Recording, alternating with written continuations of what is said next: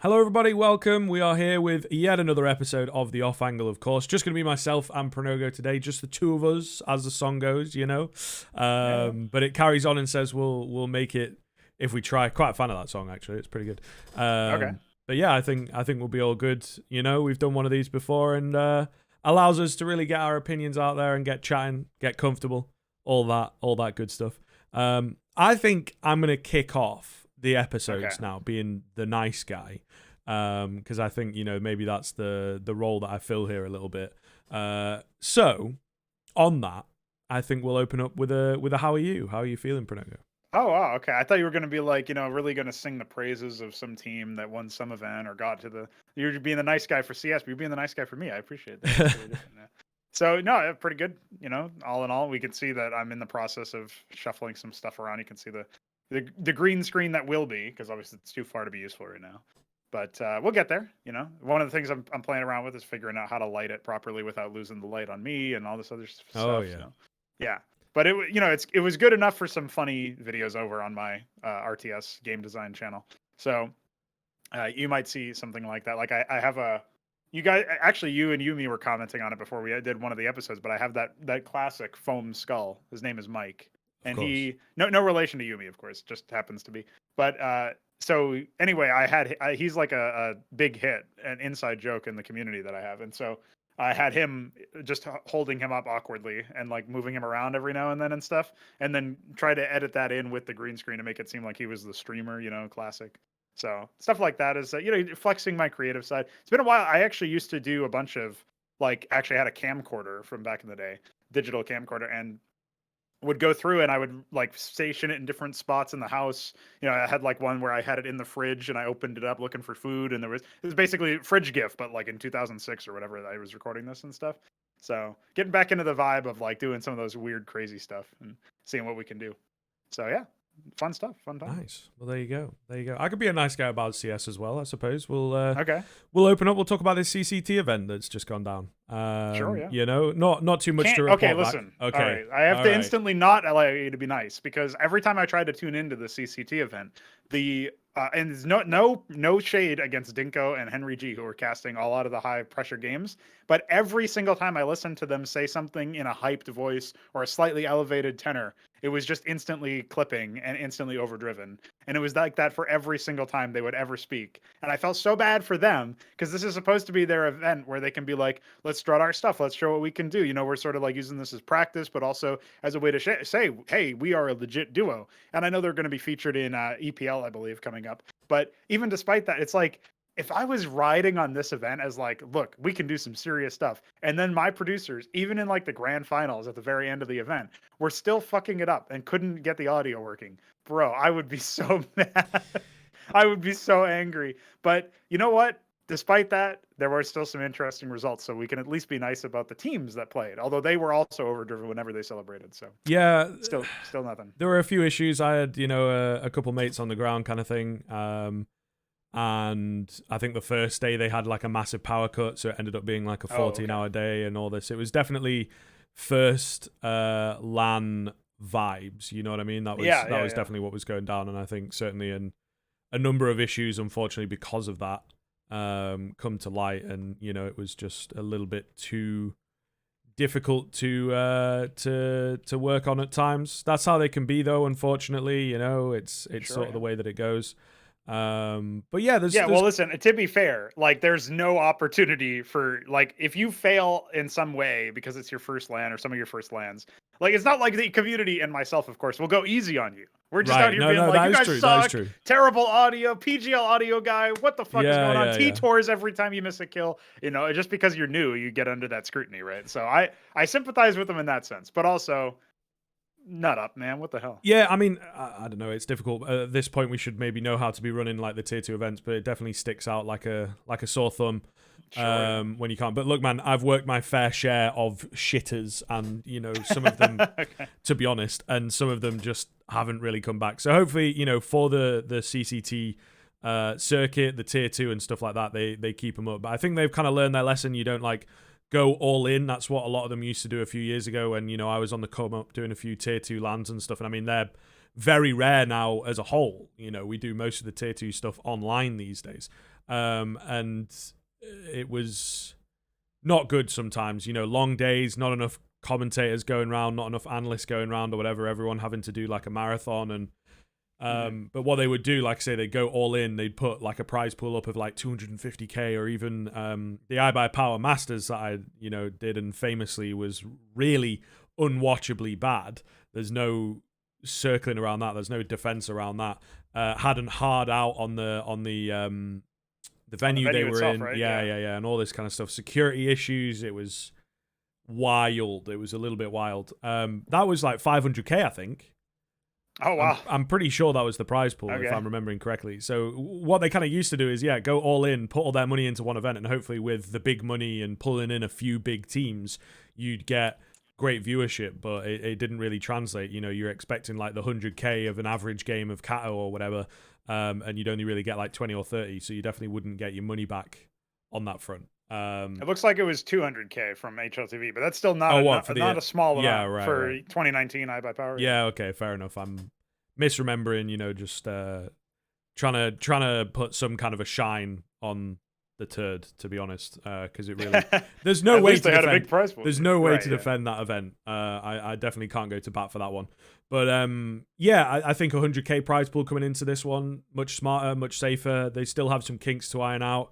I think they're using a pretty new team as well. It's not like they've white labeled or, you know, hired out a few freelance operators that work in the tier 2 scene and could maybe bring you a big package. So they have certainly tried to hit the ground running. It can be tough, but at the same time, you know, you feel like we're deep enough in. Just get like 1 or 2 experts and they'll really sort you out. And I think that they underestimated A, the difficulty of sometimes doing things in Malta, and B, because did we have a power cut on one of the EPLs that was there, I think? I think perhaps, unfortunately there's a number of power cuts that happen on the island, but I can't quite remember if it's affected an event at one point. There was a really long tech pause on something recently that I think was based in Malta. But anyway, it's tough out there, but you got to make sure we can maybe give them a pass on the first one. Then when it moves into the second one, if we're getting the same issues, then it's going to be tough. But we'll see, because I'd quite like to, you know, see what's up and head to this kind of studio and stuff that they've got. It would be a nice little fix of casting for sure in the studio area. But let's talk about the event mainly, right, and what's gone down. There's a few results here to go over, like you say. We had ENCE with the stand-in. We had Movistar Riders. How are they looking post-Sun Pius? The answer's not all that great. They did make it through to the playoffs, I suppose, right? Spirit was there, pretty big team that you'd expect to make playoffs. They didn't make playoffs. But I guess we'll kick off talking about the group stage play and whatnot, and kind of how we'd expect these teams to look, and then we can move into playoffs a little bit later. But I think to kind of give my 2 cents to it, we had like new look 4s, not really, again, doing so solid. They beat Honoris, right? And, you know, Honoris, although a pretty good run in the IEM closed qualifiers for Brazil, they don't really deliver too much. Sprout still not delivering. That team seems to be in turmoil at the moment, getting absolutely rinsed. I think they were playing with Berry, though, which is, you know, never nice to play with your coach. But yeah, I mean, kind of beyond that in the group stage, is there anything that stands out to you as, you know, an over or underperformer? I'd say the main thing that was surprising to me was that Spirit didn't advance past Movistar Riders of all teams, right? They were the ones who ended up dealing out the last bit of pain for our Russian representatives. That's just a little bit odd to me, because obviously we're thinking about Wonderful. We're thinking about all of these players that are on that team that are like, even Patsy, right? Like, you know, stars unto their own right to some degree, especially for this team. And you know, you want to put Spirit at that tier 1 level. You want to say, at the very least, they're like knocking on the door. And an event like this should have been primed for their taking. They should have been contending with, if ENCE was at full strength and didn't have this stand-in situation, you would have thought that Spirit would have been able to, maybe that would have been the final, as ENCE Spirit. You wouldn't have necessarily thought Bad News Eagles and Eternal Fire. You wouldn't have necessarily thought even, you know, the rest of the teams that had success at this event. Like those were the main ones, obviously. You definitely wouldn't have picked Movistar Riders as a team that would advance, but nonetheless, they did, and so we had a little bit of Spanish representation.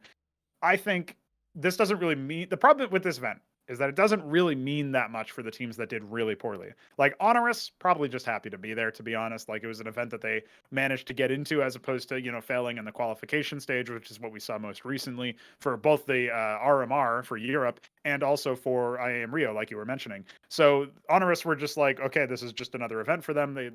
Maybe they can show that they're worth a little bit more, and turns out not the case. Forza, you mentioned coming off of a rebuild, not the best result you could have hoped for. Obviously, I have lot of stocks in Jerry, so to speak. There's no stocks you can buy for individual players as far as I know. But if there were, I would be like, hey, this guy's legit. So I put a lot of stock in him, metaphorically speaking. But the fact that he's still yet again doing another rebuild is like, well, that's just his life. It seems like he's Sisyphus and the boulder is Forza, whatever the fuck they bring up to him. So and again, you mentioned Barry standing in for Sprout, and the fact that they're also undergoing a sort of rebuild. Like the teams that bombed out of this event or didn't do too hot, you kind of expected. Spirit is the one anomaly there for me. And fair play, the fact that they were up against a team, maybe they didn't do too much work ahead. We constantly think about are they looking past one team because they're just like, all right, whatever, we're going to get back. Maybe they were thinking, oh, we got to get back at ENCE. I think ENCE was the one who defeated them earlier in the stage. And so it's like, all right, let's anti-strat them or pay attention to them and pay less attention to our, lower tier opposition. And then they get owned, that can happen. So definitely something that was surprising to me anyway. And that's like the main standout. I think everything else kind of went to plan. Yeah, I think Movistar Riders, though, is a pretty interesting one to pick that up. They were a team that, did really well at Valencia. I think kind of went undefeated. They had like a 16-0 in there as well. And this is what really put Sampayas on the map. And, for me, he's not been the loudest player. He's not been a massive, massive upgrade over Hades. Obviously, they have a few more issues in the team that we can move on to in just a moment here. But ultimately, I do think that, Movistar Riders have lost the magic, as it were, that we were looking at this team 6 months plus. Obviously, had a pretty good run at Cologne as well, just prior and all this kind of stuff. So, really unfortunate, I think, for that team, but I don't know. The big issue with the Iberian region is how deep do you go into the talent pool? There's not much of one that goes. They kind of bring back Sasol from the Mad Lions, Enigma, that kind of roster. What's the word I'm looking for? Like Limbo, I guess. He wasn't really doing anything, and I don't think that he's really looked super, super impressive. Martinez looks pretty good, though, who's the new AWPer, I believe, that they picked up, and he looks pretty hot. But I'm just not really sure. I think Movistar Riders have lost, like I say, the magic in a sense. So have the ENCE side.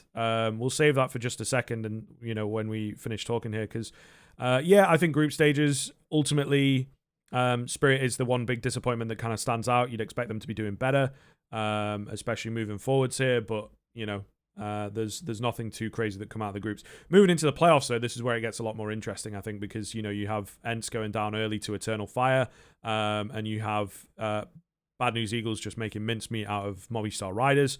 And then a pretty interesting final, actually. I didn't get to catch it, unfortunately, but, going to 3 maps there, and Eternal Fire, the team that sort of, I think, snuck through very quietly, made it back through the lower bracket, took down ENCE again. So that's a really solid kind of run of form from them, but certainly not the team, that are to be put away. And honestly, this team is looking really good. They picked up Xfloud. He was probably the next best Turkish player. They have had a bit of weirdness, I think, with their roster moves. They had Major, then they didn't. They had Calix, then they didn't. And then they've added him back. And I think Major even was in the team a couple times before this move came through. So it's been a strange look for Eternal Fire, but this is something that's looking pretty good for them, to be honest. They don't necessarily require Zentares each and every single time to perform well, apparently, although he had a hell of a final coming out from him. I think the Eternal Fire, if we keep watching quietly, they should form a pretty legit team sooner or later, Well, you would hope so, but just looking at the roster timeline on HLTV will tell you that this is not a very stable roster whatsoever. And, it seems like every time every other roster move for this is like, okay, maybe they're legit. They can win a tournament at this level, or they can upset some teams that you don't expect them to upset, or what have you, and they can make it through. And this is probably the most legit result that they've had off the back of, in this case, Xfloud coming back. And I mean, he wasn't brand spanking new in that sense, right? It was Major coming back. In this case, that was happening a little bit earlier. Yeah. But you think about like what this means. Obviously, Woxic popping off for a little bit and then heading to free agency as it is now, I believe. And you think about this. So you mentioned that in the Iberian region, right, which is where obviously you think about Spain and Portugal. It's like, how deep does the talent pool go? And do you really want these national teams, which is sort of like the question that, like, at the highest level you see asked of big all the time, like, how long are they going to remain all German? And it's, I mean, into their namesake, Berlin International Gaming, and it's like, how do you square that circle? I think with the Movistar Riders example, you're kind of doomed to always having whatever standout talents you ever get, which in this case would be like, obviously Salsa went to Mad Lions, most notably Sampayas went to ENCE. It's like, that's it. Like that's the rut of it, right? And you're just gonna have to deal with that over and over again. Your best and brightest talents nationally, moving out, and unless you can somehow hit the lucky dice and build up enough of the talent, which would be the non-luck oriented version of that, and combine those two approaches where you get a little bit of luck, but you also have put in the work to raise up the talents, and then you get enough of them that they can all be stars, or a decent number of them can be like the talents that you need at the same time. Like, the problem really is that I think when Sassel and Sampayas fall off, so to speak, especially in the case of Sampayas, that'll be when the next Spanish talent comes up. And again, it'll just perpetuate that cycle. The Turkish side is completely different in the sense where obviously you dating all the way back to Space Soldiers, and a little bit before that is when we saw these teams actually be able to do some damage internationally. And then, there's a little brief stint with some of these players and Hellraisers and similar teams where it's a little bit more of a mix. But when you're thinking about Turkish major teams or Turkish entirely national teams, yeah, that I think Eternal Fire and, Space Soldiers back in the day were really the main exports of the region. They haven't really been able to replace a lot of the talent that was from that generation. We're thinking about, like, Paz and even Hardstyle, which is like a throwback name. We're thinking obviously of Major and Xantaras and so on and so forth, Woxic. All these, a lot of these players have been playing for a very, very long time. And we're only now seeing, with partially due to the Academy initiative from Eternal Fire, where they have had some of these standout teams or standout players show up, and then, okay, you can pluck that guy and move him into the main roster, or maybe he gets sold to an international team or something like that. That can indeed happen. But I think the main takeaway I have for Eternal Fire is I need to see this level of stability for their roster, not just for their results, but for their roster. Like, they can't just keep, plugging in one player and taking another player out. It doesn't seem like it's tenable. We've seen this attempt time and time again. Like, I think the most notable example is NIP at the highest level, where they were always maybe they could either keep with their current roster and potentially do something and solve the problems that were initially imposed, or they just get owned because they keep swapping it out. And then, like, okay, maybe you can say that you're one roster move away from greatness, but ever since the device move, it's just been like this weird revolving door of silliness. And as a result, the team hasn't had long-standing success at the highest level. I feel like Eternal Fire are kind of an example of that at a lower level.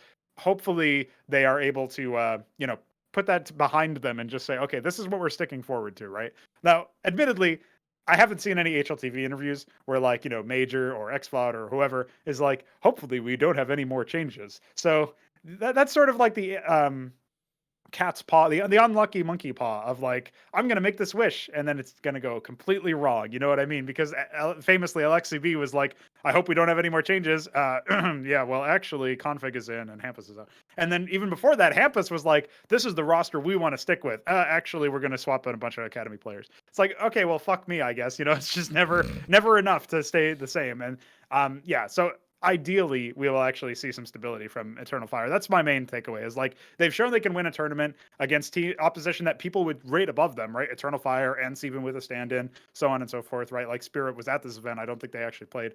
But, we think about that and it's like, okay, this is potentially legit. Rise up now and keep your 5. Time will tell if that actually happens, right? Yeah, for sure. I mean, it's definitely a good point to raise, though, that especially in the tier 2, the stability can be pretty difficult, I think, because there's just so many like unknown quantities, so many impatient teams as well that don't wait for these tournaments to roll around. And Eternal Fire really are grinding it out. They're also at EPL, I think it's worth mentioning, so this is a pretty good springboard for them moving forward, so they'll be able to maybe take a few names over there. It's not the first time they've been in Pro League, so we'll have to see whether it does pan out for them. But ultimately, an all-round pretty good event from them. And yeah, the stability factor, I think, is really important moving forwards, and hopefully they do stick with it, because it was a kind of turmoil for a little while But like you say, moving away from some of the old guard is always important and sometimes a bit hard to do. It started off as a team that was like Turkish boys get back together, play with their mates kind of thing, and it's evolved. Almost like Last Dance-esque, right? Yeah, it's right. Like, let's bring in all the storied names. Yeah, and they had all this support, they had all this following. I know they streamed a lot of their games for a while there, and they do indeed have a pretty big following straight out of the gate. I think they have a facility and stuff like that. I'm not rightly sure, but I've seen some of the, cams from the players and stuff like that in the past where it looks like they're all, at the very least, next to each other. So they have org support for boot camps, we can say, at the basis. But I think it looks like a facility because I've seen it a couple times and it looks like the same place. So yeah, I think a pretty effective team, and hopefully they can stick with it, keep at it.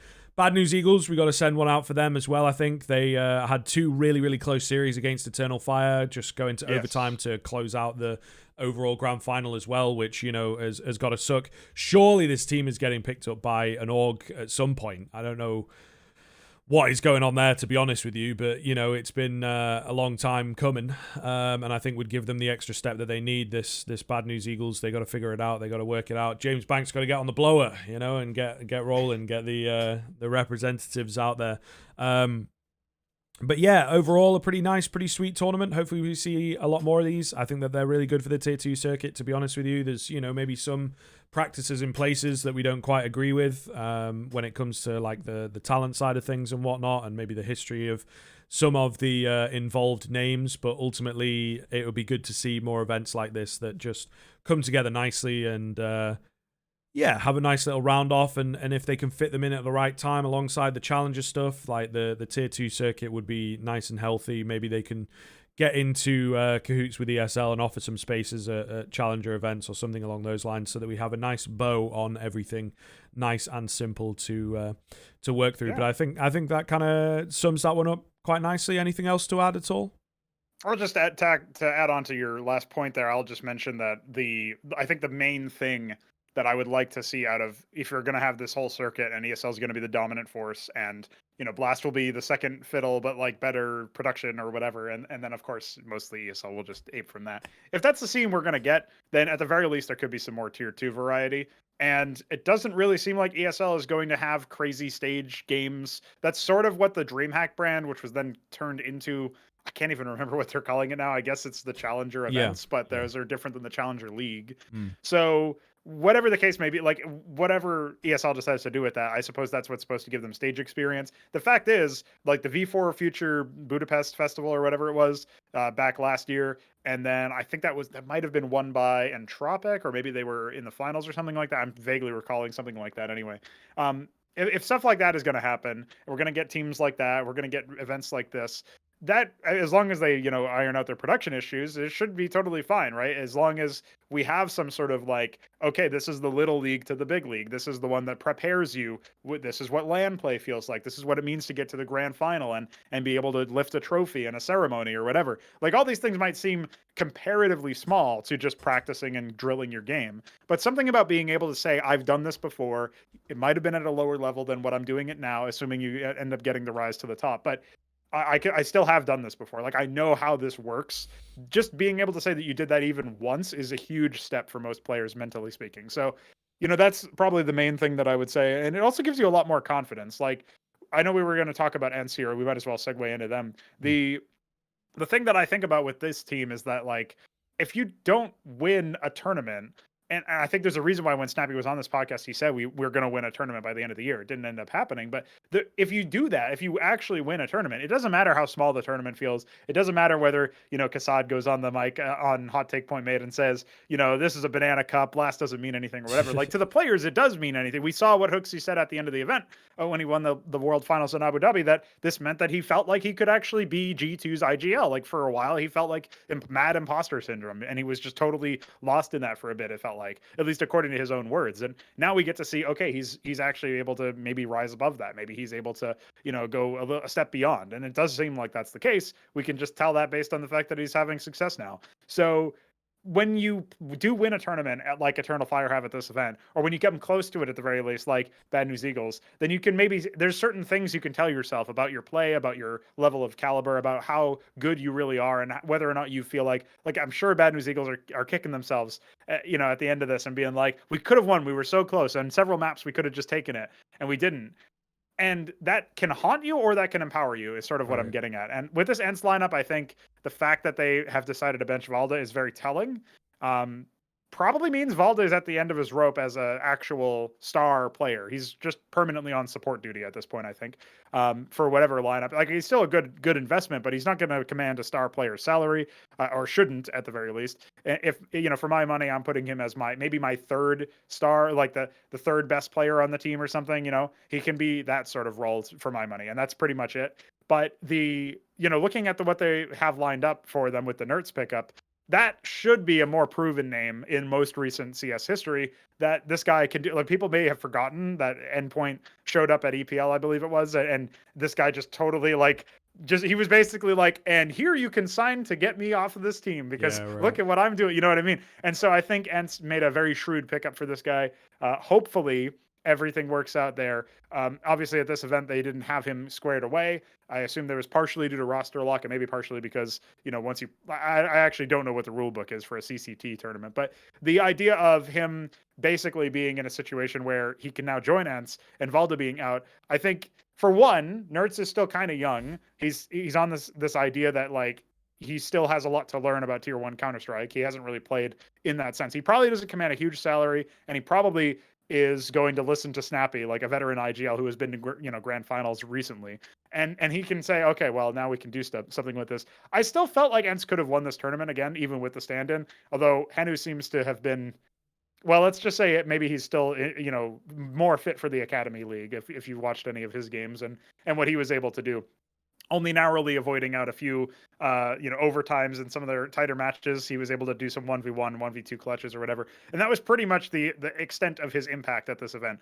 A lot of it was, him bottom fragging almost every map. And that feels really bad when you get the pick call up, and you're like, all right, not my turn to shine. Yeah, not quite, buddy. So I think he's going to just get sent back, and it's going to be a while before he receives another opportunity, which is a little bit rough, but it's also a really tough situation where if you just don't excel at this level, it's not even Tier 1 level, but Tier 1.5, Tier 2, etc. Like, if you don't excel when you're standing in for the main team, then that's going to be really rough for you. So I kind of feel for him in that sense, but also this is a merit-based environment. You know what I mean? You gotta throw up the frags, and he didn't do that. So I think when we're looking at Nertz coming into this team, it really should reinvigorate them, and also it should just be like a natural pickup. I mean, there was an interview, I think it was Snappy himself, saying we should be able to, like, Nertz can do what Spinks could do for us, basically. And that sounds like an extreme statement, but people know I have a lot of faith in Snappy as an IGL, and not just as an IGL, but almost as like him alongside Saw, I think make a really good duo for actually being a general manager. We've seen so much success with ENCE specifically picking up maybe lesser known talent and repeatedly finding gold out of almost not, like, the one time that they didn't do it, by the way. I mean, Sampayas was technically already discovered. Whatever, you can say that was like not their achievement necessarily. But Valde is a player who everybody was touting as like, okay, he could be good. He could be a star potentially. Let's see him at it. He was the one player that wasn't proven yet, or who has already been proven to some degree, right? Like, we're thinking of players like Spinks, like now Nertz, even like Modern and other players. Like we're thinking of these lesser known names at Tier 1 Counter-Strike coming in and surprising us and showing that Snappy and Saw know what's up. And then the one player that they got that was more of a veteran is the one that ends up being kind of disappointing. You know what I mean? It's almost like the exception that proves the rule or something. Whereas, like, these guys can really pick up these lower tier players and show everybody what happens when you slot them into a really good system and you give them the right coaching, you give them the right infrastructure, they can shine. So I really back this Nertz move. I really think that this is going to be, this can make ENCE a very dangerous team. I don't know if they can contend with trophies at the top end. We definitely need to see more information to make such a bold claim, but I'll say at least they should be able to win a tournament like a CCT, right? Like, they should even at least be able to win a tournament like that, maybe even with relative ease, honestly, depending on who's there, right? And so I think they'll do some serious damage when they do their next tournament run. Yeah, it kind of is a bit of a crying shame that we don't get to see the roster come together early, and give us it at the CCT. Like you say, not really sure what the rule book was on that, but at the end of the day, they still, I think, for my money, a little bit underperformed. Third is not too bad, but I think should have seen them make a final here. I guess they were, rolling the dice for sure on this Henu guy that they were picking up. And like you say, he just wasn't quite up to it at the end of the day, but ultimately not I don't know, not the end of the world, I suppose, at the CCT event itself, but just to comment on the move, I think the move is perfect, to be honest. He's one of the best players in Tier 2 at the moment. You talk about the EPL showing they beat Na'Vi, a lot of that was on his back. Yes, it was a poorer-looking Na'Vi or whatever, but, you know, endpoint Na'Vi should never really be in anyone's kind of consideration as an upset. So, you know, really solid stuff. I think your hearts go out a little bit to the endpoint boys. They are now constantly on a also carousel of players coming in and out, discovering talent and getting moved up from, you know, sort of, I guess, tier 2 that they're solidly in, top 30 in the world right now, up to 1.5 if you really want to play it like that and play it this way. You know, we don't quite know where the tiers start and end when you talk about it like that, but ultimately that tends to be what they do. You know, Flames, Mezzi, now Nertz, you know, so ultimately they've had quite a few names come and go from the endpoint crowd, but I am confident that they'll be able to rekindle and find someone else. But yeah, in terms of picking up Nertz onto ENCE, I think that it should be a big move for them, and now they have to kind of prove to everybody that the whole Spinks thing was not necessarily a fluke, which in a way it looks like it could be the case, because if we look at where Spinks has ended up in Vitality, it's not really the best look that he's had over there either. So I think that a lot more of it maybe comes down to the pairing of Snappy and Spinks working together and working him into the team so well, and that's where they find a lot of their success. I don't know that Spinks, the player, is, you know, like 90% of the game or whatever. It feels like it was sort of a 50-50 trade-off between the IGL and Star Rifle. But yeah, I think that Nertz could definitely fill that. He's maybe not going to fill just sort of a 1-for-1. I think that he will want a little bit more of his individuality. Like, you know, he's not much of a lurking player, really. So I don't think that whole 1-for-1 change thing again is going to work out. Yeah. But I think that they have a player to build around now. Whereas it felt like, you know, Pius was maybe the one to come in. He's been a little bit quieter. Again, they spoke about giving him so many resources, so many things to work with, giving the AWP a bit more to do. That's when Snappy was on here. That's what he said, because that's the way that version of the team was functioning. But ultimately, they couldn't really make that work. So we'll see what happens now. I would imagine resources get given to Nertz, and that's exactly, well, not exactly, but that seems to be the trend of what he's talking about in his little interview there. So I feel like it's a pretty good move. It's not just a pretty good move, it's probably the best move that they could have made with the sort of resources that they had. And, you know, I've heard around or whatever that when they were trialing players beforehand, they kind of wanted to get Nertz, but finances were an issue. And now it's more like results are an issue. So they've had to bite the bullet, so to speak, and get rid of Valde. You have to think about if Valde's, like what they said about Valde when they sort of sent him off, right, was that he's a good player, but there's a difference in like vision or something to that effect. Right. And that was what was the common line, though. That is the common line. It is, yeah. And you know, maybe like reading between the lines is like, and his vision was that he would be a star player in roles and in salary, but not actually in the server or something. I don't know. Right. Like, you know, maybe that's what it was. But if you take them at their word, and then you think about like, also he probably did command a salary of some sort that was maybe on the higher end of what ENCE could provide. Again, just speculation here, and I don't have any inside info, but I would suspect that he was getting paid well because Valde is a known name in Counter-Strike. He's a veteran. He brings with him experience. He brings with him potential, as we saw, or as we all believed, and then it didn't end up manifesting here. And if you were going to make a very quick, and I would say this is a relatively quick roster move considering how recently this all showed up. I think this is within 6 months at the very least.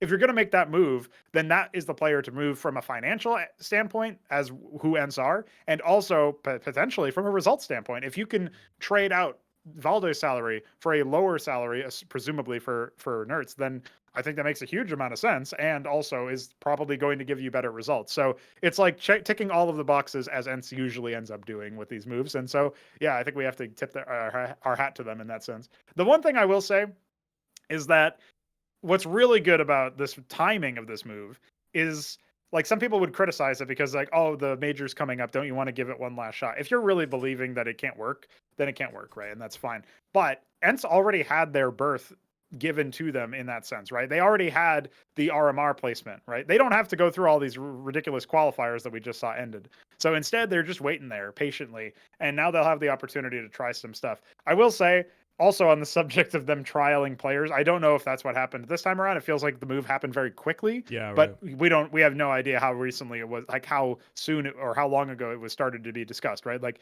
when Snappy was on here, I believe he said something to the effect of like the Hades move for Sampaias. We didn't maybe know who exactly we would take, but we knew that we were going to be looking for an opper maybe months earlier than it happened or something like that. So that can happen in these teams, right?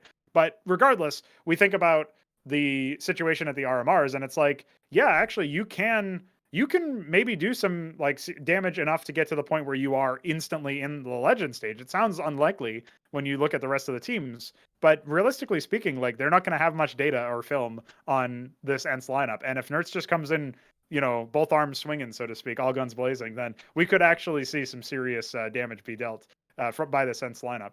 And just remember, they could have had snacks instead, but he decided he wanted more money or something.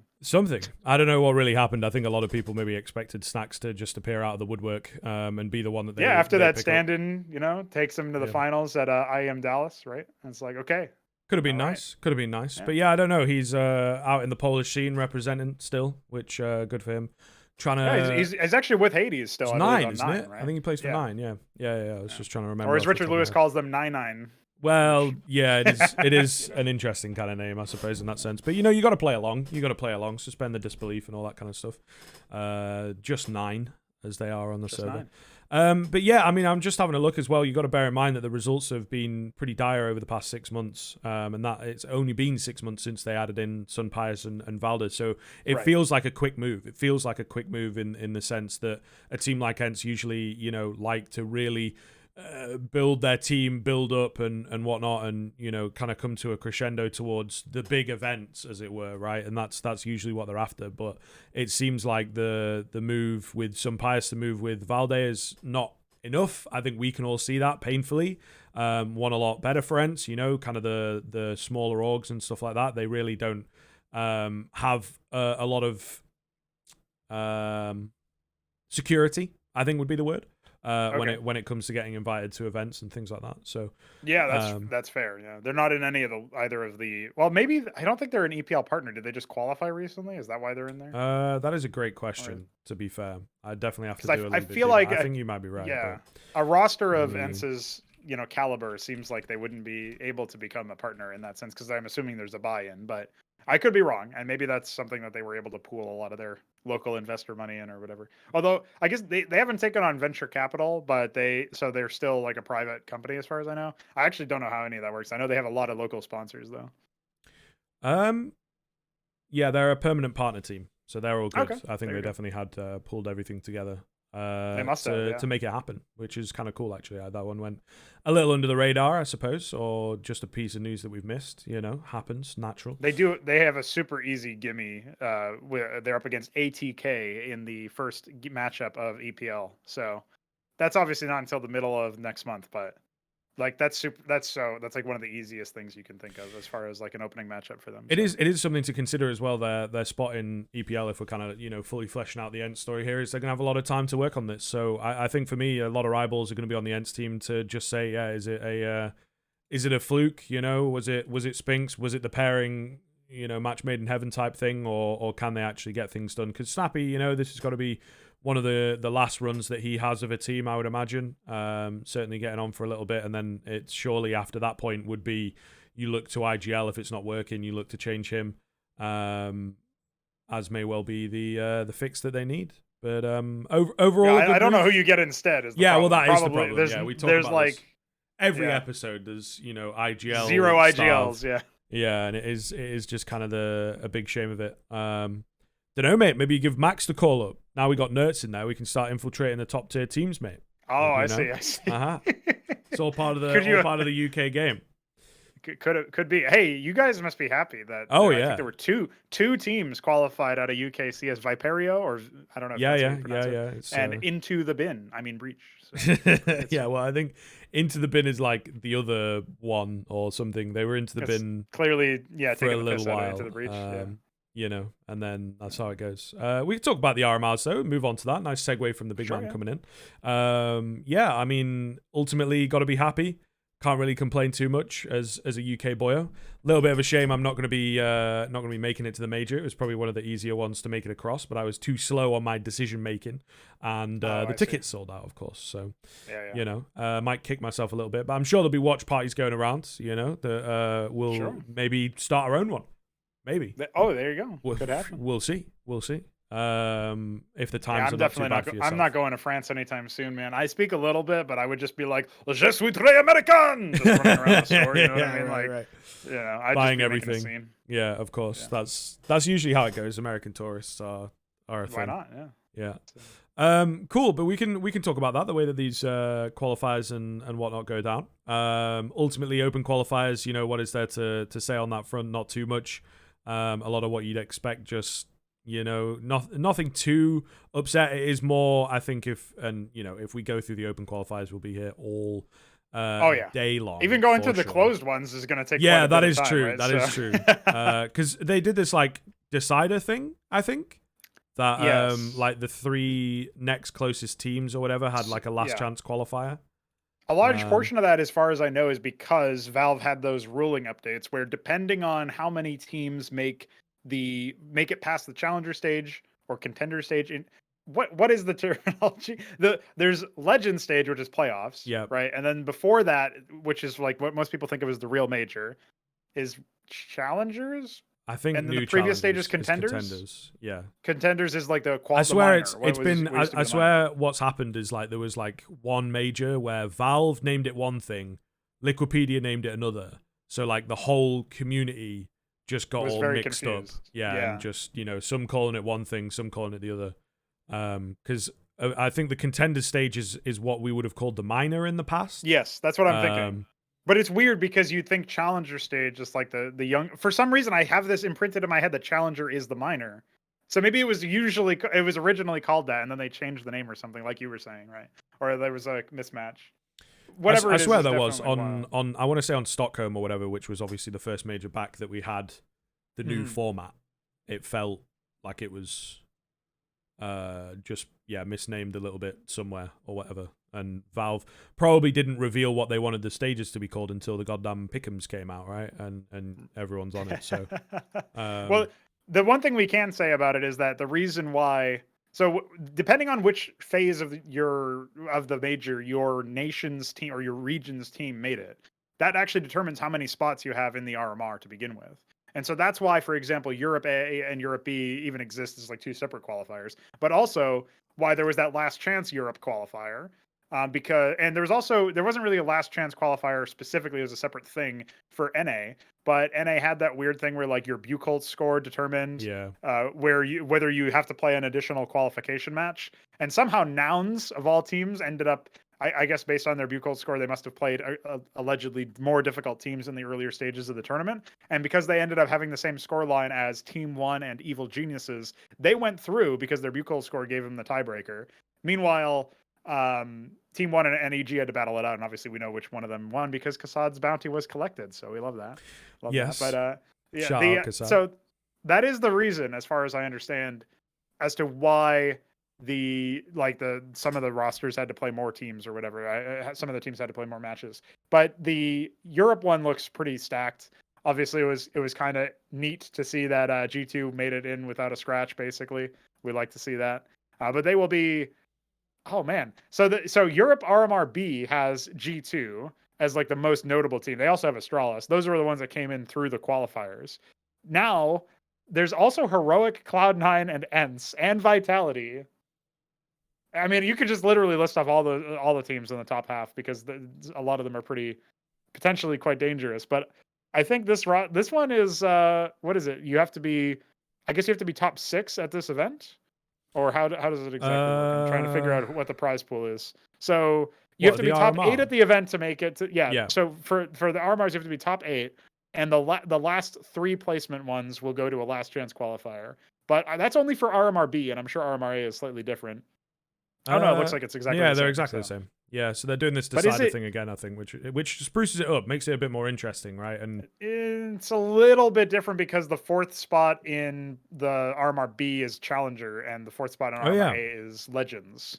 So that's a little bit different. That's again because of the spot distribution. It's really like these minor differences. You might think, oh, that's not going to make a huge difference, but the fact that G2, Cloud9, who I don't really rate, but people are saying is supposed to be a contender team, Heroic, like a lot of the teams that are in RMR B should everybody's mind, they should play in the Legend stage and not in the Challenger stage. But that might not be the case, guys. Like, just saying, So yeah, that's going to be interesting to see how that goes out. And yeah, I mean, just based on this, the challengers. Okay, I guess maybe the challenger stage is the qualifier. Dude, I don't know. I'm lost. I'm already lost. Yeah, Fuck these naming conventions. A little bit, right? Bring it back to major and minor. Bring it back to major. This might be again on the old Liquipedia, not quite knowing ahead of every single Valve tier event what to call things, because it might change. So they just They just do their own thing. Both of the UK teams are in RMR A, by the way. So. Yeah, I know. It's a little bit sad. A little bit sad. But no, it's good. It's good. They're both, two teams I think that have been trying for an awfully long time. There's been some, weird mix-ups in the UK scene when it comes to who's representing who and things like that. But we've got some cool guys. I know Christ is really loud, so that'll be funny. Hopefully we get the players across from each other, but ultimately a really solid, so, a really solid kind of look. Roland's also playing. We got Crucial right on this into the Breach team. Much more recognizable names over there. I think Thomas as well making it through, which is pretty solid. We didn't have any Smuyo, unfortunately, but we're pretty much there. We're pretty much representing. Pretty big one actually that dropped down was Endpoint. While we're on the UK scene, that's a little bit of a shame, but I think they were indeed in roster limbo, as it were. Can I ask you? I don't know how much you actually follow the UK CS scene, but is it just now that Endpoint is not the top UK dominant? No, I team? think I'd say they are. They just kind of got a little bit unlucky. I think it depends on how you look at it, right? Because what they generally do is when playing Premiership, which is like our UK national league. They will usually field a few stand-ins because they can't, but you only need 3 from the UK. And at this point they've got 2, so I guess they just field like 1 stand-in or whatever to fill in the blanks, as it were. But we'll see what happens, because I truly have no idea who they're going to get to replace Nertz at this point. I should have Max coming on for an interview at some point. So I've said it live now. Hopefully, we can figure that one out. I'm busy for the rest of the week, so probably next week. But I saw you went back to doing the interviews. Nice to have those, have a little bit of insight into some of what's going on in the players' minds and what they're willing to share, of course. Yeah, well, it's tough. It's definitely tough getting players on for interviews, but ultimately a pretty solid one. But yeah, I like the way that the RMR pans out, really. I like the way that this one looked. Challenger mode was doing all the coverage. I don't know if you caught any. It was pretty simple, pretty easy to pull the IPs and all that kind of stuff as well. Really solid. Oh, okay. Little format from them. We didn't have the day one mess up that we usually get. That generally is a bit difficult to deal with, but it was it was pretty clean and I don't know, when we look at these, how they pan out, right? If we zoom in a little bit on to who's playing, and we don't quite know the opening matchups as yet, there's not really too many crazy upsets, right? It like kind of speaks to the way that the scene is going at the moment. I think Apex, for me, the team that Shox used to play on, if you're a little bit unfamiliar, they maybe squeak through, and they're a team that I didn't really expect to make it through. We got Falcons as well, which is Kenny S's team. So yeah, really cool. And a new look one win. I'm very interested to talk about this team actually and zoom in a little bit more on this. I don't know if you caught the moves and all that kind of stuff, but yeah, it was Hooch as coach. It was Boomich and Crad or Nickelback. Nickelback. Okay, somebody from Eccentropic is where I know them from. So. And a really interesting kind of spin on that is that we're going to see obviously Boomich back in the server, but he's not in-game leading. Yes, he's secondary caller, which is interesting. And you know what? It really speaks to a lot of what I would suspect about Boomich. Everybody was always like, is this guy even really the IGL? Is he just a stand-in for Blade? Maybe this confirms it. What do you think? Yeah, maybe a little bit, right? I think that it's a good zone for him to come in on and just kind of flex his muscles a little bit. He was always a bit more of an entry-based player. That's how he played anyway, as, a throw it in there sort of IGL. But I think that this will be kind of cool to see, and they've got, a nice first event, or first big event, I should say, to get into. Really impressed that they make it. And Yeah, I'm actually a big fan of that. I'd like to see Boomic a little bit unchained. You know, I'm always down for when IGLs, you know, especially one that gets not pigeonholed into the role, but that's why they picked him up. It was like, can you IGL? And I guess he was like, yeah. And then Zeus was like, well, no. You know, they really trained him up. They spent a good few years there to try and get their, you know, dominant period and make sure that he was ready for that. So I guess coming in a little bit more secondary, coming in a little bit more with the experience is really good to see, and I think should make for an interesting team. I actually, one win before adding him, were one of the more impressive teams in Tier 2 as well. They won a season of Challenger League and things like that, so they were always focusing in on the main events. I don't know that they like spam the events like some Tier 2 teams do, but yeah, I think that this could be a great move. I think this could be a really great move, and Nickelback was always one of the stronger pieces of the Entropic team. He always performed well. He fragged relatively well. So I think that this, you know, one-win team could have some legitness, even down to Hooch joining. Actually, is just the fact that Entropic, I think, were making a few moves, but once they added him, he really seemed to pick up the game. And again, not necessarily a surprising move, but in the sense that he was a caster for a while there, and you know, came back into the coaching role and took it in his stride. Did a few interviews. Always good to hear from Hooch. He's a nice guy. One of the few sort of Russian talents that I've met. So, you know, he really liked my shirt one time, so that was cool. So, you know, I'm always... He's got an aura always about in his him, corner. that Hooch character. Yeah, definitely. Yeah. Fun guy, though. Yeah, for sure.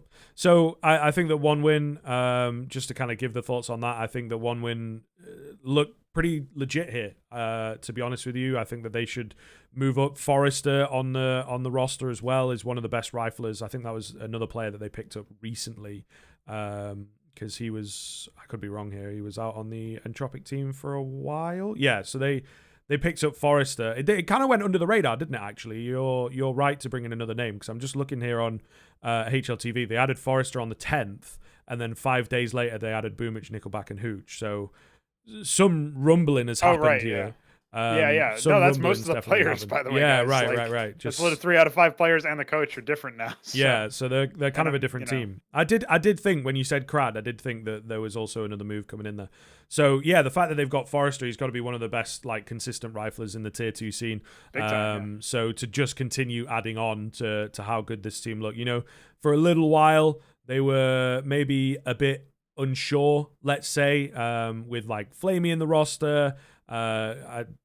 Glowing, unfortunately, someone's got to go for him at the end of the day. You know, it is a bit of a shame to just kind of see a player again, another consistent soldier type player. But Flamey was, sometimes his heart was not in the game. You know what I mean? I think his heyday is kind of behind him. He recognizes that, and every now and then he would really take just control of a moment, and you'd be like, not really sure if that was the right move, guy. You know, you don't knock him too much. Sometimes it would come off, and he was very, very streaky for this team. So I think the Flamey move does make a lot of sense, really.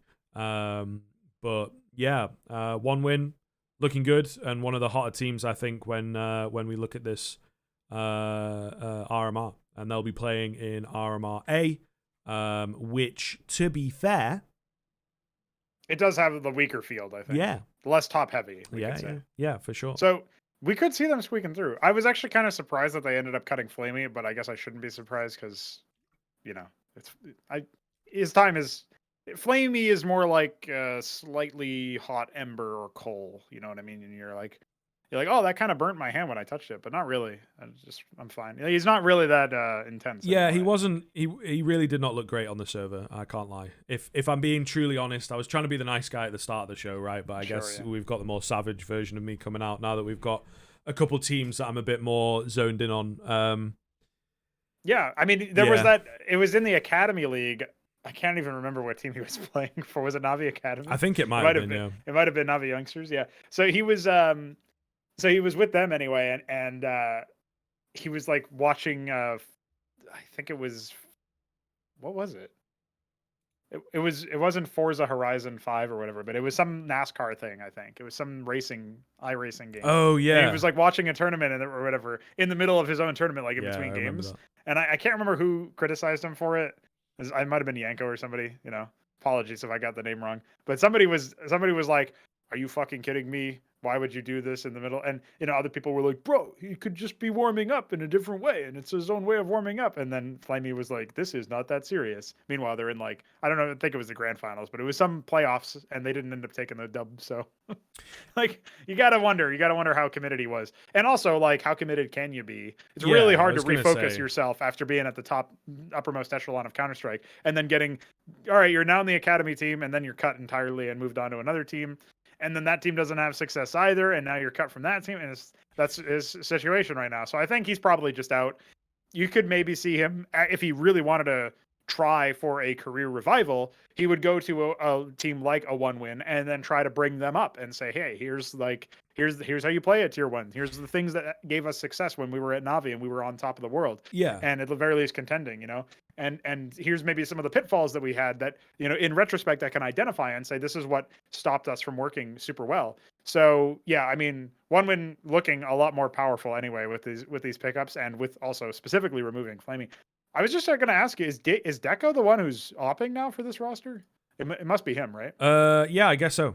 Because it was I think he has been open. before. He's been open. Yeah, I'm not entirely sure. I think unless Lollipop was remembering correctly, I didn't catch much of the Lollipop kind of era of this team. To be fair, he was playing kind of from the summer, but I think Lollipop was a little bit more of a hybrid type thing. I'm pretty sure Deco's been AWPing for them for a while. That's what the waves were when people saw this sort of move. I think Lollipop, actually, if you look on his page, it says he's just a rifler. I do think that he's moved away from AWPing on mass, So yeah, I'm pretty sure it is Deco into this team, which Deco also gets an awful lot of praise. So they look like a legit contender, to be honest with you. And, as we say, they're in a sort of easier RMR, as it were.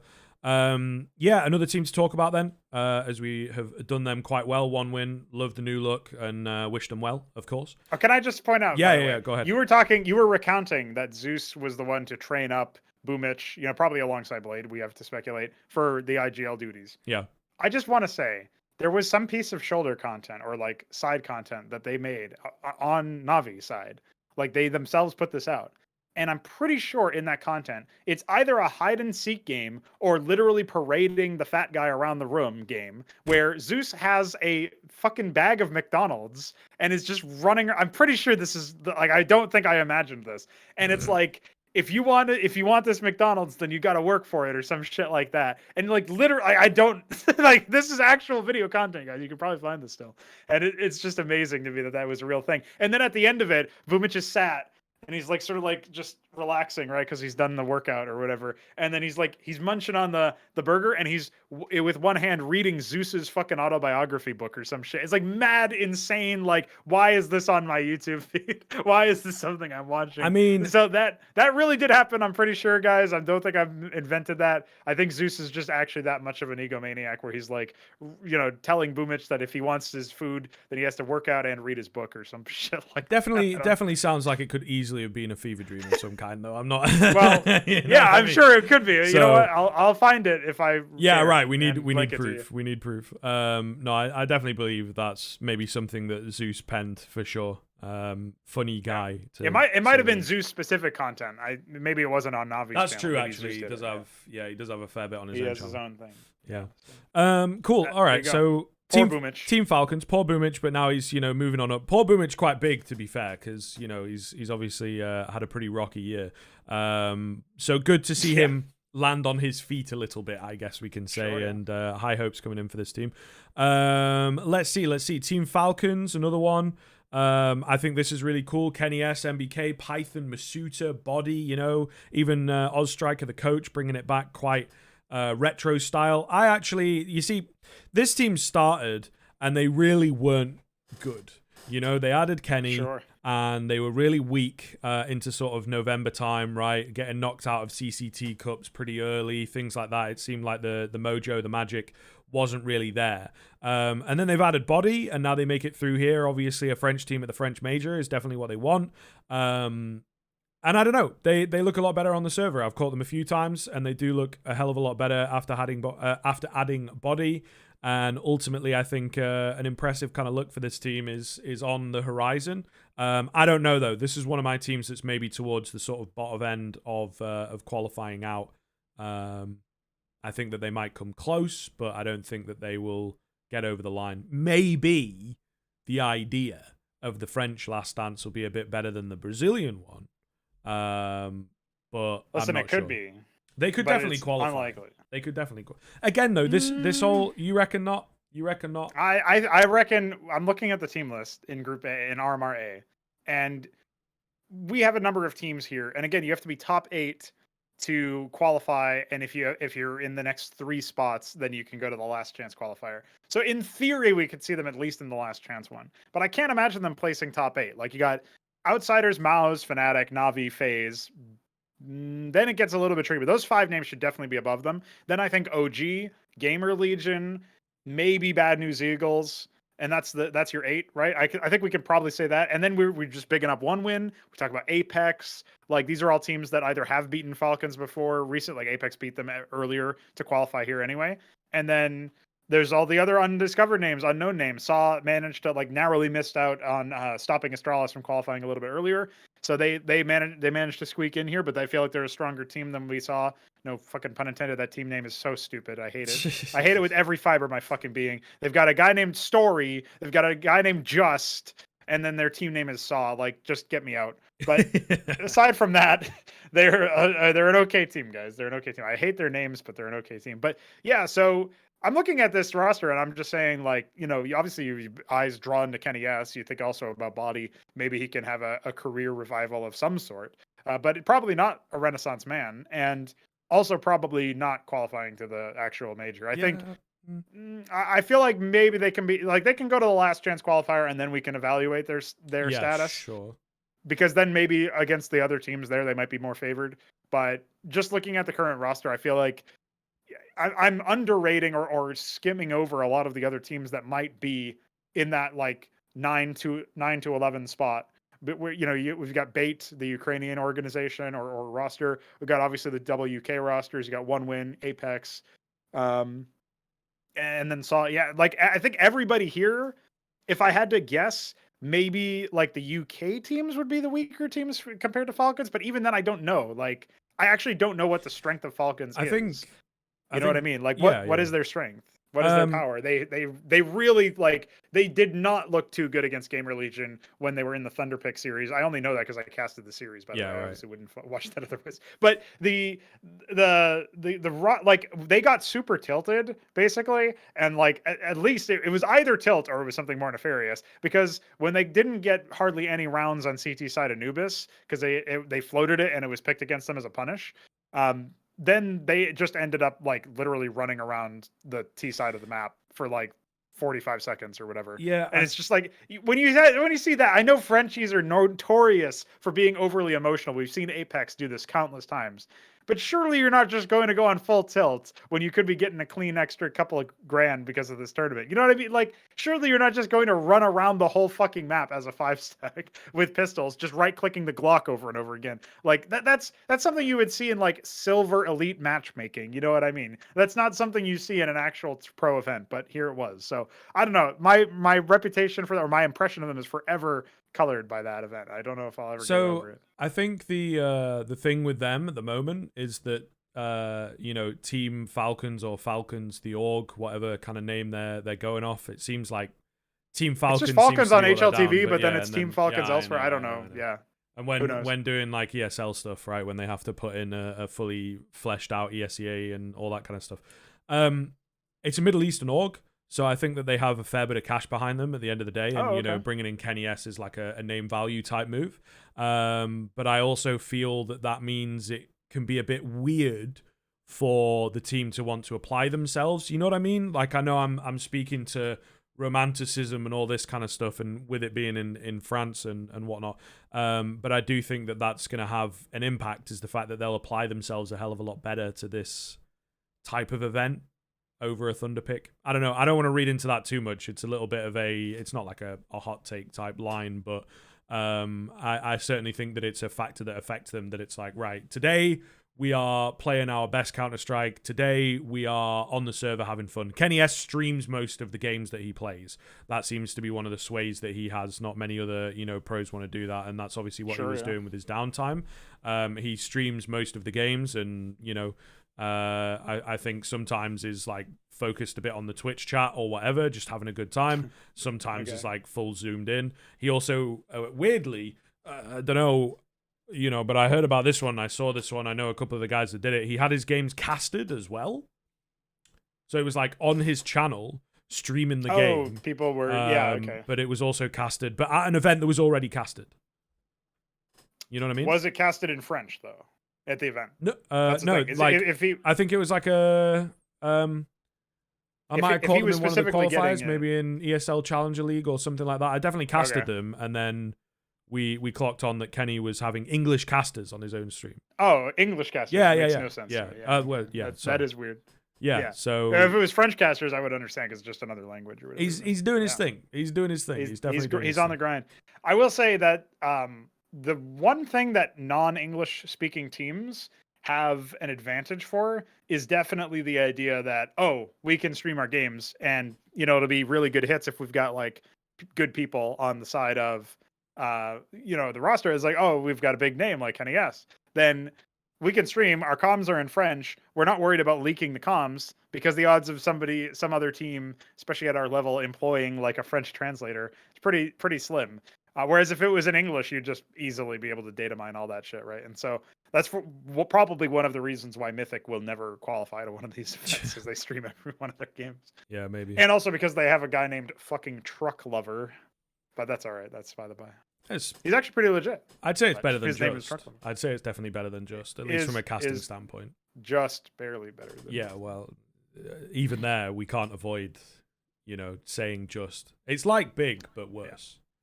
So I definitely do feel you.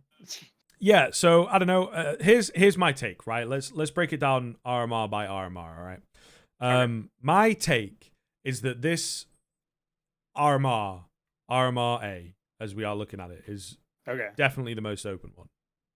Sure. Right?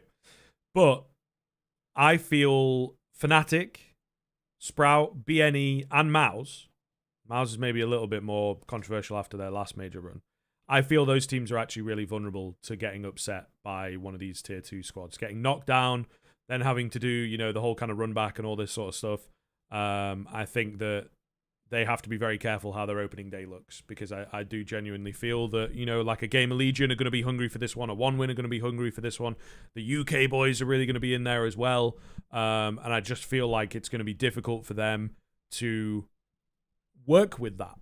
There's a lot of unknown quantities coming into this one, a lot of unknown, sort of players that have never really played at this sort of level. Yeah. Not sure what to expect from them, how much respect is going to be given across. I think that, especially for me, after, what I saw at Kato, I think Fnatic are actually mega vulnerable at the moment. I can agree on the Fnatic point, and I can even steel man your case for the Mouse point, because some people will be like, what do you mean? Mouse made it to the semifinals of the last major. But they also just got beaten, like blown the fuck out at Katowice, right? And that was after many months of no play and being able to just rest and then come back in and strategize. Same is going to be true in this case, right? This RMR is not until April. So they have some stretch of time to do it. They've already shown that hasn't really helped them in the Katowice thing. And you definitely can't imagine that they weren't trying in an event as legendary and storied as Katowice. So then we think about how they're going to do things in the RMR. They will need to be on the ball. Like, this is not an opportunity for them to just coast, right? They certainly can't rest on their laurels. And they don't seem like a team that would do that, but it did feel like maybe they turned a little bit back into a pumpkin, if we're going to reference, classics like Cinderella. They turned a little bit back in. The clock struck 12 and they were gone, 12:01 or whatever, and it was out. So that's what I mean. Is like, I look at this team and I'm like, similar to Fnatic, actually, it maybe feels like they might be over the hump of success, I guess, and they're on the downtrend. But I don't know for sure. It was only one event. We can't really say too much about it. The fact that Maus weren't able to do too much, like, they didn't even really look like they were on the server in a lot of the games at Katowice. And that's sort of the main thing that, like, bugs me about it. If they played close, and then maybe you could then imagine, the reason why they didn't find success is because they weren't warmed up like some of the teams that came through that qualification stage. Then you can imagine that. That's sort of what we think about FaZe at the last major too, by the way, is like they came right in, and they came in for later than all the other teams, and they maybe weren't warmed up. And you can call it copium and excuses, but it seems like it's at least a plausible explanation for why, one of the reasons why they were so shit at that event. No ifs and or buts about it. and why they weren't able to go any deeper. But in this particular case, like, can you really say the same thing at this point? I don't know. The fact that Maus are in here based on past success already kind of spells maybe not doom, but it's certainly at least gloom. Like, you're not feeling too good about them. I still feel like they should be able to qualify. I did say Maus and Fnatic both seem like they would rank higher than Falcons for me at the very least. But the question is, can you really take that home? Like, would you bet on that outcome? And I'm not sure that I would, to your point. Yeah. I definitely feel like there is a lot of openings here for, a team like, I think that one win will definitely squeeze through and maybe take one of them down, and then it just kind of depends, really. We haven't touched on Apex too much, but they've actually not looked fantastic, considering the ilk of players that they have on this team. It's been a pretty rough look for them. They do float around, like the top 50, top 40, but you feel like they should be higher. There's some backing behind them. There are, some relatively big names that have played at the tier 1, but just ultimately kind of struggle a little bit. So this, for me, was a surprise that they make it through. They've been a bit of a nothing team for a while and not really all that impressive. I don't know, maybe the shots... To be fair, they did make it to this RMR 3-0 with no losses. They dropped the map to 500, but that was about it. So yeah, at the very least, they... Like, if you put a lot of stock in that qualification, which maybe you shouldn't, maybe it could just be like nice, lucky run of form or whatever, you have to at least say that they are making a statement by doing that, by saying we are above the echelon of the other people at this level. It's just... I don't know how much stock I put into that, though. Yeah, it's just a little bit weird because, I mean, not a few days later they lose to like Eclot and everything, just literally going down the HLTV to just sort of speak to... Oh yeah, they lost the 3 next series that they played immediately after. Yeah, right. So they get knocked out of Eliza and stuff like that. So it's a little bit of a weird one. Again, might be because it seems to be happening with the older guard teams that have, not massive has-beens, but to a certain degree, right? They certainly come in... known names like Stico. And sure. Whatnot, right? Well, even like Jacob back in the day, he was an absolute fragger, and then it seemed he got moved off phase, and he just, just don't know. To be honest, he went to the land down under, and then came back, and and it just he wasn't really all that, But I remember on the days when they were G2, right, he was hot. He was really hot, and he just kind of seemed to lose that, even on, the extremums of the world and stuff like that. He wasn't really all that, to be honest with you. So... How did that team name? Extremums. Yeah. But yeah, so it just feels like they're a team that, again, with a few of these... But even like Nork played at the top level and, didn't quite work out, but... It feels like they should be capable of a little bit more. And I think that when it comes into an RMR, when it comes into big qualification day, they really start swinging their shoulders around a little bit more and playing a stronger game of Counter-Strike. But it's certainly a weird one. Not too much else to add, to be fair. We got the UK boys representing. We went through those. Teams that, I know the players. I don't know how they play. I don't know, I've not seen them all that much, to be honest. Didn't catch their RMR games and all that kind of stuff, but good to see them here. Shame they're in the same RMR as it goes in the UK. That's what we call Sod's Law, which is just kind of like a fuck me, I guess. That kind of thing. Love that. Unlucky for them, but hopefully we get one of them through. Let's touch on the RMR B then, I think, to kind of close out where we're at. This one a bit more stacked, as we've said, as we have highlighted. We got Vitality, Nip, Cloud9, or, did Cloud9 get involved in that conversation at the moment? Probably not. Heroic, even a Spirit in there. Pretty scary teams. G2 make it through because they had to make it through. Like you said, not a scratch on them all good. Astralis make it through, so we don't get funny Astralis this time around, to kind of take the piss out of them. They didn't have to go through all like 8 qualifiers or whatever. It was 4. Hold your horses there, Skriv, because if I'm ranking these teams, I see Heroic, I see ENCE, Vitality, Nip. Obviously, Vitality might be scuffed at this event. We don't know what the status of the pre versus Jax is, but that's still notwithstanding, right? So that's 4 teams already. Then we've got G2, big team, obviously, that's 5. Now, can we start to say, some of these other rosters, right? Can we start to say Spirit? Can we start to say Big? Obviously, in the wake of obviously Searson dropping out. Like, what I'm trying to get at is, it is not a lock that Astralis make it through this RMR. It is not a lock. It is not for certain. Very true. Not for certain. They had a kind of a scuffed time getting to this RMR to begin with. They almost dropped the series to Saw, and as a result, I mean, Eternal Fire on the come up after on the back of CCT. 500 looked kind of legit. Although, I mean, don't ever say that about that team. But their play in this exact tournament, in these exact matches, look kind of legit. And then, obviously, you know, there's some of these other rosters you have to be a little bit careful of. You even think about 9. It's like, what are you going to do there? So, yeah, I mean, I don't know. I'm looking at it like, it would fill me with joy. I mean, as much as I want to see Device back at a major, it would fill me with joy on an organizational level. The same way that Kassad puts a bounty. I don't have $1,000 to throw around, right. But if there's a team that decides to, you know, give Astralis the old hoot and eliminate them, great. I will give you $1,000 mentally in spirit. That's what I will do, because that's all I can do. But if I did have $1,000, I would say maybe I can get Kassad to put up the money. He'll do it for me. Yeah, just want to correct as well, because that's what we like to do, fact check yourself throughout the show. We said Snacks was on the 9 team, and he's not. Snacks is on Let Us Cook, which is like a mixed team. I think you were right. Oh, Snacks left 9. That's no. It was like X-Finest. X-Finest, I think it was him and Hades playing. Oh, that's where Hades was on for a little and then bit. Hades moved out, and then here we are. So, you know, just got to get it right for that one guy ready and waiting to get the comment, you know. And he's already posted the comment, Skriv. It's already over. Yeah, well, he's already posted it. Unlucky, I suppose. That is fair. But my fault. No, it's all good. It's all good. You gotta. that's what I'm saying. though. I just have a little look at 9. I gotta go. Right, we gotta get the facts straight, because that's how we like to keep it over here. That does make me less excited about 9, though. The fact that they don't have. I don't even know who is going to be the star player. Hades has been popping off on this roster, but who else is going to be here? Kai's pretty good. Kai's pretty legit. Or Kai, K?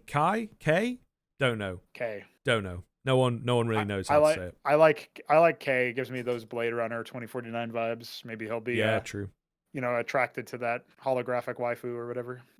So okay. Yeah, wild kind of segue there suddenly.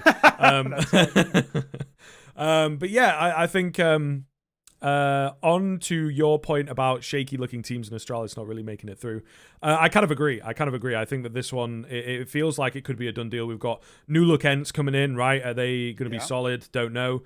Cloud9, an absolutely abysmal Katowice coming out from them. And listen, there's no IHC at this event. They can't possibly get eliminated. I don't know about that. We got Eternal Fire looking relatively hot, a little bit of speed behind him. G2, the fact it's weird, isn't it? The fact that G2 qualify through, because obviously they didn't make the last major, means that, you know, you have this massive star power just coming in from underneath. They'll also have some weird seeding as well, I would think, in terms of who they get for their first game. I think that they'll have a little bit of a weird seed. So if we can pray for any one thing, please let this be the last time Bucol Swiss is actually going to be the format for major and major related activities.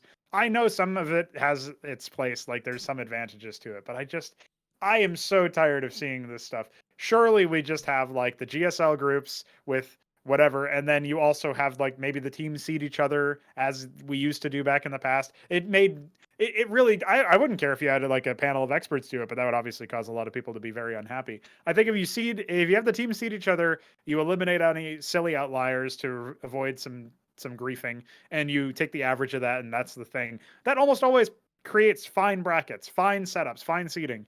And it's certainly going to be a hell of a lot better than your Bucol system, which is supposed to account for things like one team being, you know, overperforming or one team getting an easier bracket. But we saw, based on the last major and the last major's playoffs, that really did not happen. So just saying, I mean, the fact that Furia go 3-0 and then meet Na'Vi, yeah, thanks. Your system's really working out really well, guys. Like, in theory, Furia should have been rewarded for going 3-0, and instead they got what everybody on paper assumed would be the champion of the tournament in their playoffs bracket. That didn't end up how it going. It didn't go that way, but you still have to think, as just, again, not thinking about with results-based analysis, just thinking about what could have happened there. Na'Vi could have easily 2-0'd them, and Furia would have been like, well, we went 3-0 in their past stage, but I guess we're just fucked because Sod's Law. Yeah, well, we want to avoid Sod's Law in the formatting. Come on now.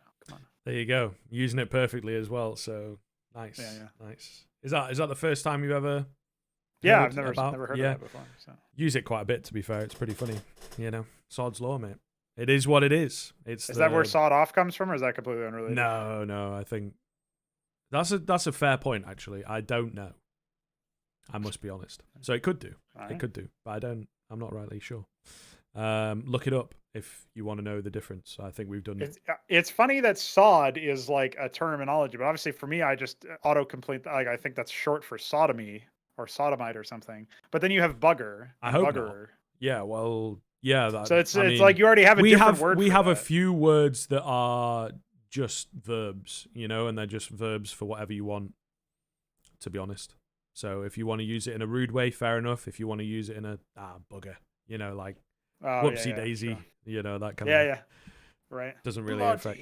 Yeah. Well, exactly. Yeah. We got plenty, mate. Blood and sand. That's a pretty good one. I like that one. Okay. That sounds like an oath you might. You know, you said something shocking happens, and that's what you say. That sounds like what you'd... Yeah, to be fair, you know, something you just can't believe it, mate. It's usually a bit of an angrier one, to be fair. Okay. That's the first time I heard that one. See, I'm learning a lot. You guys are all learning with me. I am full of BS little phrases like that, you know. That's the job, mate. That's the job at the end of the day. So I want to hit a bit of a sleeper team here. I think that Monty are kind of a sleeper team coming into this second RMR. I do feel that, you know, that's the Boros and SDY team. They've looked really impressive in the online sphere. Really kind of taking. Yeah, Boros used to be on Endpoint. Is that correct? Yeah. I'm trying to remember where I know him from. Okay. Yeah, and for whatever reason, didn't really work out there. I think he was quite young, and maybe locationally as well, it's a bit difficult to get him across to the UK at the very least. But I think that Monty could be the sleeper team here. They could really be the silent team that overcomes that maybe picks up a sneaky little spot again, especially because like someone like G2 could take a lot of wind out of the sails of some of the stronger teams in this group. Sure, yeah. So I think that they could be the one that sneaks through. That's my kind of take. I'm not really too sure. We got Aurora Gaming. There's some recognizable names: Lackey, Norvi, Kensi, all tier 2 sort of stalwarts at one point. Aurora. Yeah, no, there's like a deeper Starix coaching them as well. Okay. Yeah, sorry. Go ahead. You fucking Starix, dude. Correct me if I'm wrong, but isn't he the guy who was like, "How could you ever coach cheat?" And then they were like, "You did it too, buddy." And he's like, "I have nothing to say." Yeah, I think that was the guy. He's like, "I guess I forgot." Was the guy. Yeah, reasonable. But no, so there's like a meta point that you were touching on there, I think, a little bit, where if G2 ends up dropping down some of the higher level teams, and they end up going up against Monty or even iNation or Aurora or some of these teams that we know are legit in the tier 2 space, but these other teams have, like these top echelon teams have no experience playing against these lower echelon rosters. You just won't see it. And I think as a result of that, like there is something interesting there where you're priming the bracket for upsets if you send these higher tier teams up against teams that are better than the name implies or the lack of familiarity implies. Like Aurora, I would say, you make a good point, a good case for Monty. Obviously, we're talking about one win on the other RMR. Like some of these rosters can actually give you a puncher's chance to defeat even the higher tier teams. It's just the matchups never happen. This is like one of the only cases where we would ever even see those matchups to any degree of consistency. And again, if G2 are the ones that sort of spoil somebody's fun, or if maybe there's some underperformance from Cloud9 or, something, maybe Vitality or some of these teams that are doing these roster shakeups a little bit more, we could definitely see some surprise shock exits that happen super early on, right? And so, yeah, I think that's a really interesting point to drill down on and mention, because it definitely could happen. Like, it's not fairyland to say Monty might take a map or a series or whatever, especially since I'm pretty sure the opening matches are still BO1s anyway. So you could, like, that's what happened last RMR for G2, where they failed in the RMR stage. They didn't even make the major. It was because one win took a map off of them in the best of one phase, put them down into like the 1-3 or 1-2 bracket or 2-2 bracket, and then obviously Gamer Legion took a series against them. But you can drop a map, surely, and then if you're up against one of these teams that are like, the equivalent of running into the Finnish 5 stack or whatever, it's like, dude, you might really be in a world of pain. Just watch out. Don't look past them anyway. That's my advice. Yeah, I think it's really interesting. I think that, because of the way that things have panned out, who's qualified, it feels like qualification-wise, we've not had too many. Maybe, the team that you look at here is like iNation. I think I've heard of Choiv T. It's a 7. I don't know, but Choiv. I've heard of Depression before, but I have no idea what his play is like. So. Right, so there's a few names on that roster that maybe you recognize, but ultimately, It's a team that not expecting too much, Serbian and Croatian, which is kind of cool. A little bit more representation. That's what the major for me is always about, is getting, some of these lesser teams. But it feels like we have a pretty legit, Eternal Fire, Montia towards the top end of tier 2, 500. A team I think that, have a lot of firepower, a lot of impressive kind of players that people have talked about in the past as being, watch this guy, watch this team. We've seen the Skades of the world and things like that, really pick up at certain points in the tier 2 sphere. The biggest problem with these sort of Bulgarian players is that they just don't, they decide when to turn it on, right? That's why I was saying their play at the RMR specifically was legit, but you don't know when they're going to do it. You imagine for a major they will. So this could also be a very dangerous lineup.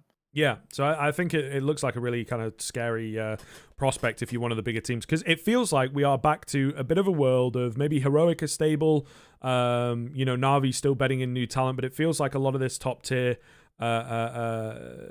ilk are just not as stable as they once were. There's not. Yes. It's not like the last where it's like, okay, we've got FaZe out ahead, we've got Na'Vi out ahead, right? It feels a little bit. We were also in this sort of very wide open major last time around. It seems like we're still there. There's not been, the bandages that some of the teams have put over are not really fixed. Cloud9 screams of that, of course. Talked about them quite a lot in the last episode.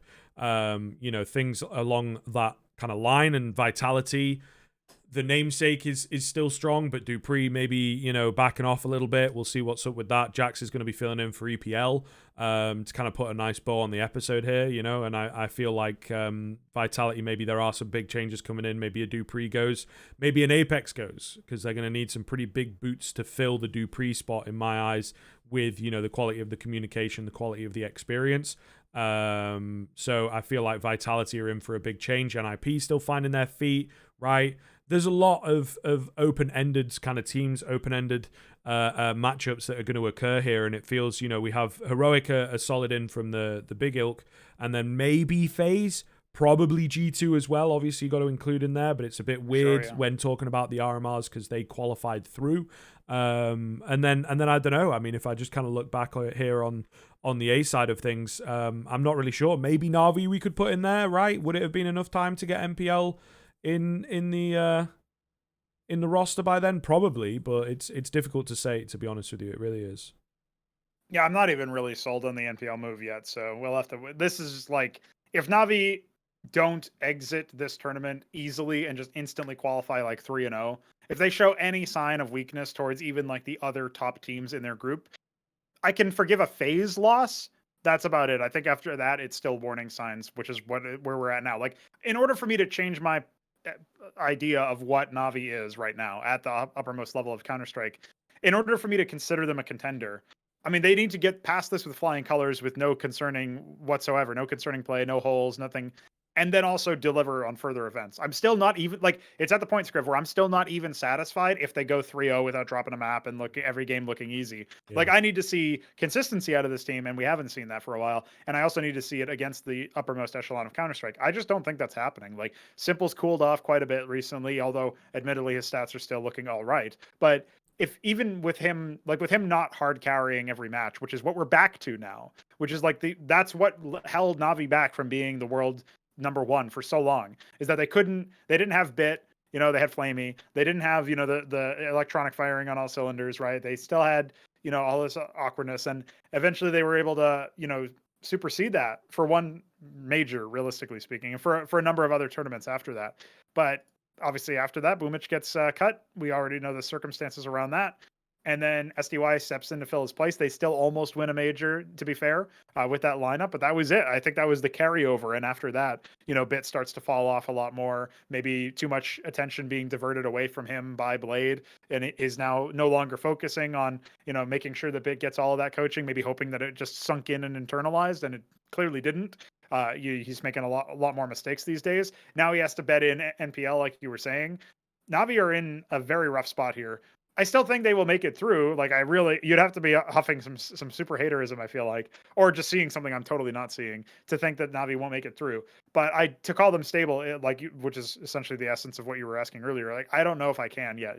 I think the fundamental crux of the question being, can NPL bet in quickly enough to be useful and stable?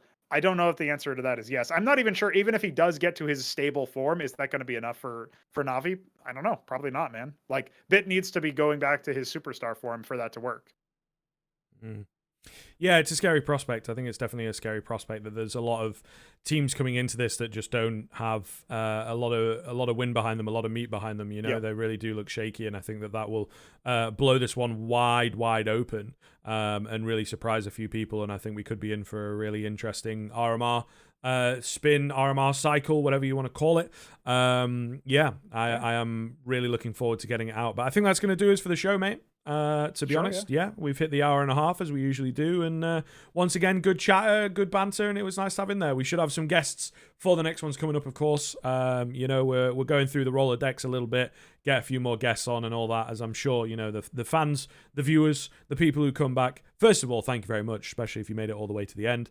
And secondly, I know that you guys want to see a few more names in here for us to debate with and chat with and ultimately have a good time with. But that is going to be it for another episode of The Off Angle. Thank you very much for watching, folks, and we'll catch you again next week. All right, we're clear. You're going to love this video right here. You're going to love it. Check it out right now.